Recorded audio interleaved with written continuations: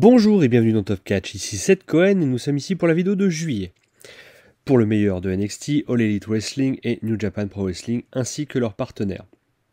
Je ne vais pas faire de vidéo pour juillet parce que j'étais vraiment très en retard, mais le programme du mois d'août avec des nouveaux shows qui vont s'ajouter dans la notation et des événements qui s'annoncent totalement improbables m'ont donné envie de speeder un petit peu et de faire cette vidéo même un peu à l'arrache, c'est-à-dire qu'elle est moins travaillée d'habitude. Je vais pas regarder match par match ce qu'ils ont fait dans le top. Mais bon, le but c'est d'aller rapidement au top 10, aborder un peu ce qui va se passer en août. En plus, dans ce qui me restait à regarder, il me restait beaucoup de NXT et j'ai rattrapé cette semaine en ayant perdu un peu la flamme à cause des événements de la semaine dernière où il y a eu beaucoup de licenciements. Triple H accusé d'avoir perdu la guerre face à All Elite Wrestling. Donc du coup, on ne sait pas ce que va devenir le programme. C'est un petit peu dommage, donc j'espère que ça n'a pas trop affecté ma notation, hein. Je vous rappelle que c'est entièrement subjectif, ce sont mes notes. Mais donc ouais, dans ce top, il n'y a rien de chez NXT. Mais les 12 oubliés, il n'y a pas de femmes non plus, mais les deux oubliés, que ce soit pour NXT et pour les femmes, sont chez NXT. On commence tout de suite avec les oubliés. On va partir des oubliés les plus bas du classement avec à la 19e place, comme vous le voyez, Io Shirai et Zoey Stark. Je suis très contente de les voir. Elles ont repris le titre féminin qui commence à ressembler un peu à une blague côté NXT. J'étais très content de le voir arriver. Mais Dakota Kai et Raquel Gonzalez ont perdu tout de suite face à Ember Moon et Jody Blackheart. Ensuite, elles ont perdu quand même très rapidement face à Candice LeRae et Indy Hartwell. Et ici, pareil, elles le perdent très rapidement face à Zoey Stark et Io Shirai. Par contre, on a eu l'explication il y a 2 jours. On est le 15 août quand j'enregistre la vidéo et Johnny Gargano a annoncé que Candice LeRae était enceinte et qu'ils allaient avoir un enfant en 2022. Donc elle a catché enceinte jusqu'au bout. Vraiment, je pense qu'elle savait pendant le match où elle perd le titre. C'est pour ça qu'Indy Hartwell est un petit peu plus mise en avant. Et qu'elle était enceinte, waouh, bravo à elle. C'est un peu comme la basketteuse française qui a caché sa grossesse pour aller aux Jeux Olympiques, tellement c'est un objectif important dans leur carrière. C'est dangereux, mais j'ai beaucoup de respect. C'est une grosse décision, je pense. Enfin, je suis un homme, donc mais je pense que c'est vraiment une décision. Moi, ça me touche en tout cas. Voilà, je ne vais pas m'apesantir dessus. Voilà, je suis pas une femme, je ne suis pas dans leur tête, je n'ai pas leur corps. Mais bravo à elle. Bravo à Candice, bravo à notre basketteuse. Euh, mais donc voilà, donc Io Shirai et Zoey Stark ont cette 19e place. Putain, je me perds, ça y est. Hop, on va faire 2 vidéos alors que ça devait être rapide. Très bon match, très content parce que Zoey Stark m'impressionne beaucoup depuis que je l'ai vu arriver. Autant Io Shirai, bon, c'est pas une surprise, hein, voilà, c'est Io Shirai. Mais Zoey Stark, je crois que je l'ai rarement mis en dessous de 3. C'est toujours des matchs hyper propres. Elle a un visage, elle a une technique vraiment impressionnante. Je suis très content de la voir, même si j'aimerais aller voir un peu plus haute. Surtout que, bon, NXT, on va pas se le cacher, surtout ce que je regarde, c'est la meilleure division féminine. Donc bravo à elle pour cette 19e place, et on est déjà à 2 minutes pour un oublié, on est pas mal. Et à la 17e place, toujours chez NXT, nous avons Tommaso Ciampa et Timothy Thatcher. Ou comment 2 mecs dans une réalité où j'en avais rien à foutre, qui a très mal fini, arrivent à faire une tag team cohérente, sympathique, qui a l'air de drainer en plus pas mal le public. Là, c'était le dernier match que j'ai vu, c'était Pete Dunne et Oni Lorcan. C'était pas mal. Après, c'était juste pour justifier. Ils se sont fait attaquer, je sais même pas compris par qui. Tellement en plus, l'émission ne s'arrête pas dessus derrière. Donc, ils ont perdu un match de championnat, ouais, mais Great American Bash, si je dis pas de bêtises, qui était sympathique aussi. Donc, non, c'est pas mal tout ça. De bonnes tag teams. J'aimerais bien les voir aussi un petit peu plus haut, avec leur style un peu dur, un peu vicelard. C'est cool. Donc des oubliés bien cool pour ce mois-ci. Allez, on attaque le top 10 tout de suite. Ah tiens, j'oubliais, il y aura une nouvelle catégorie après le numéro 1. À la 10e place, le faucon meurtrier Lance Archer. Il a fait un gros mois, dans le sens où déjà ça fait quand même depuis un moment qu'il est chez All Elite, et qu'à chaque fois il arrive de façon très cool au main event pour perdre. Que ce soit pour le titre TNT, que ce soit pour le titre mondial à AEW. Et c'est le bon mec qui va main eventer mais qui gagne pas un titre. Et là, quand je l'ai vu arriver face à Moxley, j'ai fait bon, bah mes condoléances, hein, encore la même chose. Et là, non, il bat Moxley clean. Bon, c'était un deathmatch, mais un deathmatch, un no DQ. Deathmatch, on en a vu d'autres ce mois-ci. Coucou Nick Gage. Avec une belle prise de fin avec Moxley sur les barbelés. Ensuite, il affrontit Cooleo. Bon, bah, Cooleo, c'est Cooleo, quoi. C'est le plus green des Guerrillas of Destinies.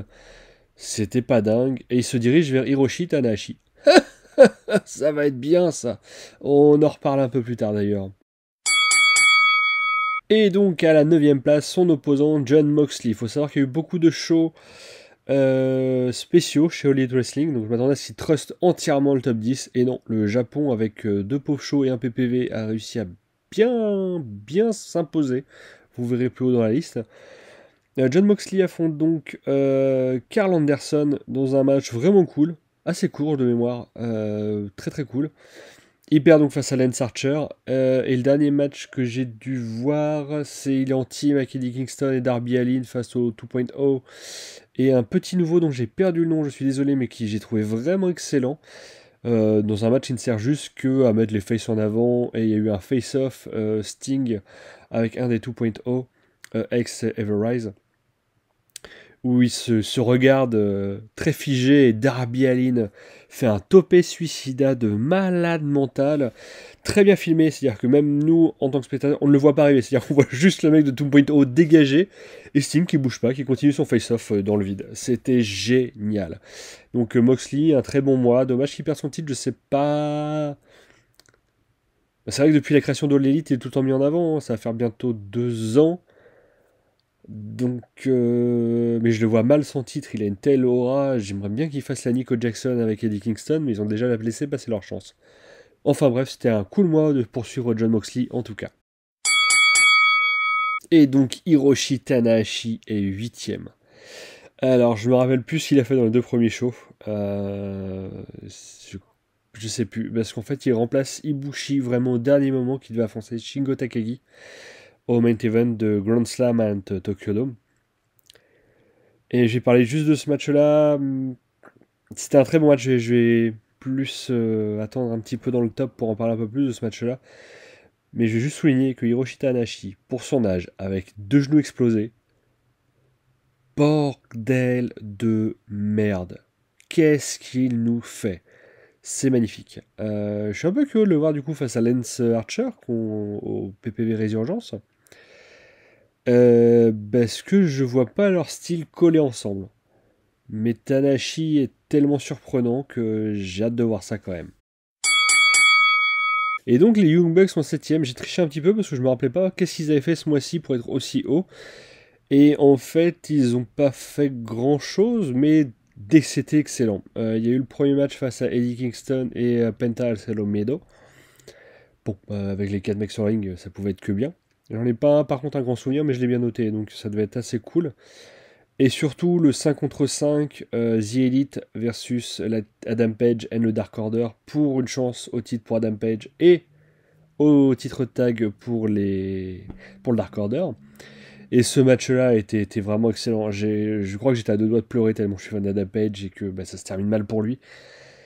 Et d'ailleurs, j'ai parlé un peu d'Adam Page parce que je crois qu'on n'a plus grand-chose au Elite devant ou qui les concerne. Donc Adam Page quitte le Dark Order suite à ça, et sauf que quand on regarde en arrière-plan, j'adore ça, il arrive les mains vides, il y a une bière sur la table, il pousse le Dark Order, prend la bière, boit la bière, dit qu'il veut plus que le Dark Order traîne avec lui et se barre. Sauf qu'à la place de la bière, on voit un disque, un CD. Putain, qu'est-ce qu'il y a sur ce CD? Il n'y était pas, il y avait vraiment que la bière, j'ai revu le segment. Il y a quelque chose. L'écriture de l'élite est folle.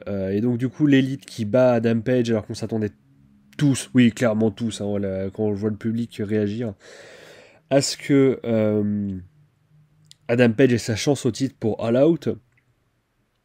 Putain, et il perd, et puis net, hein, je crois qu'ils sont... Adam Page se retrouve seul face aux Young Bucks et Kenny Omega. Ce qui rappelle, en plus, il y a les mêmes poses que l'année dernière au PPV Revolution, quand ils étaient champions et qu'ils ont affronté les Young Bucks, meilleur match de l'année 2020. C'est... All Elite récompense la fidélité. C'est-à-dire que quand on voit les plans, ce plan-là où Adam Page est à genoux et se relève et que les 3 mecs sont en face, on se rappelle de ce moment dans Révolution, on a cru que Kenny Omega allait trahir Adam Page, mais il ne l'a pas fait. Et il y a plein de petits rappels comme ça, et du coup il arrive à éliminer un des 2 frères Jackson. puis il perd derrière, c'est génial. Bravo, et bravo Young Bucks d'être aussi haut. C'est ouf de produire autant de qualité aussi régulièrement. Je leur mets rarement plus de 4 aux Young Bucks, mais c'est toujours du 3-5, 3-75, 3-25. Plus les matchs pour les titres. Bref, c'est impressionnant de régularité chez les Bucks. On va passer sur. Et à la 6ème place, mon chouchou, vu que Jay White, on le voit plus. Hein. Si, au mois d'août, vous le reverrez, je sais pas s'il sera dans le top, mais on le reverra en tout cas. Shingo Takagi. Alors, il fait pas mal de petits matchs. Je crois qu'il est à fond de Master Wato au début de mois, qui était sympathique. Il doit avoir un petit match avec Bushi, je crois, contre je sais plus qui. Face à Wato et certainement à Young Lions, puisque il y a eu les problèmes avec Ibushi que j'ai parlé précédemment. Et il nous pond avec Hiroshi Tanahashi une masterclass de 40 minutes au Tokyo Grand Slam. Alors oui, 40 minutes c'est long, oui, il y a des coups de mou, très clairement, au milieu. Il part très bien, d'habitude chez New Japan c'est très lent, et ça finit bien. Là ça part bien, je me suis pas ennuyé le premier quart d'heure, après ça a été un poil plus lent, et le dernier quart d'heure est ouf. Donc vous voyez, il y a 10 minutes, un petit peu de trou, mais encore c'est pas désagréable, hein. C'est pas... Autant il y a des mecs un peu plus haut où le début était vachement dur à regarder, mais quelle finale. Là, le match est globalement très très cool, l'un des meilleurs du mois. On en reviendra un peu plus haut du coup. Et puis surtout, l'alchimie entre Takagi et Tanahashi, waouh, c'était ouf, quoi. Ils hurlent leur nom en se foutant des grosses tatanes. Non, c'était génial. Quel match, quel main event. Pourtant, le PPV, je suis content de l'avoir vu en plusieurs fois. Parce que les matchs il y avait que 5 matchs. Ça a duré plus de 3 heures. Les matchs étaient hyper longs. Avec des qualités diverses. Mais non, ce main event, c'est une petite masterclass. Et surtout, Tanahashi qui nous a fait un match un peu moisi face à Jay White. Et pourtant, Dieu sait que j'adore Jay White. Pour le titre Never, qui a fait 40 minutes aussi. Qui était affreux. Long. Ici, ça passe quasiment tout seul. Après, il faut aimer le pull-up. Clairement, parce que sinon on les tient pas les 40 minutes. Mais ouais, bravo Shingo Takagi, de toute façon c'est pas une surprise, hein. Putain, 38 ans quand même, hein. Il a un cardio de ouf. Et Hiroshi Tanahashi, comme je le disais plus tard, la quarantaine, 2 genoux en moins. Chapeau les gars. Et à la 5ème place, nous avons El Desperado. Très bien placé parce que pareil, beaucoup de matchs pour le titre. Je crois qu'il a perdu la ceinture junior là, où il a tenté de la gagner, je sais plus, face à Ishimori et El Desperado. Non, El Fantasmo. Excusez-moi. Donc là, je vais pas être très précis, parce que je me rappelle surtout du dernier match qu'ils ont perdu. Et il a eu donc un match pour le titre Junior Heavyweight face à revenant Robbie Eagle. J'étais surpris de voir que je l'avais pas encore noté de l'année, ce mec. Le copain de Will Ospreay qui est venu défier El Desperado pour remporter le titre. Dans un match... j'ai mis 3,25 je crois, c'était pas... C'était long. Ça, moi j'ai envie que je crois que je le répète à chaque vidéo, donc ça devait devenir lassant pour vous, mais ça manque de peps, quoi. Les juniors, ça doit aller vite, ça doit frapper fort. Et là, ça ressemble trop à du heavyweight pour que la division junior me passionne. L'avantage avec la New Japan, c'est que le heavyweight, on est servi. C'est du gros, c'est du lourd, ça tape. Je suis un grand fan de Takagi, de Ibushi, de White, de Ishii pour donner des styles différents. Okada, mais bon, Okada en ce moment il est un petit peu pété aussi comme Ibushi. Donc bref, c'est dommage qu'ils sont en train de perdre totalement la nature de la division junior, que ce soit côté tag ou côté solo en plus. C'est vraiment dommage, mais je pense que le Covid passe par là, les cartes sont hyper lèges, donc du coup il faut faire des matchs plus longs. Et du coup les mecs n'ont pas le cardio, tout le monde s'appelle pas Adam Cole ou Johnny Gargano. Mais c'est dommage. Mais bon, j'ai hâte de voir le règne de Robbie Eagle, ça va faire du bien, un face avec le titre. Je crois qu'il affronte Hiromu Takahashi, pardon. Donc ça va être méga cool ça. Ça va être génial. Donc non, à voir, à surveiller.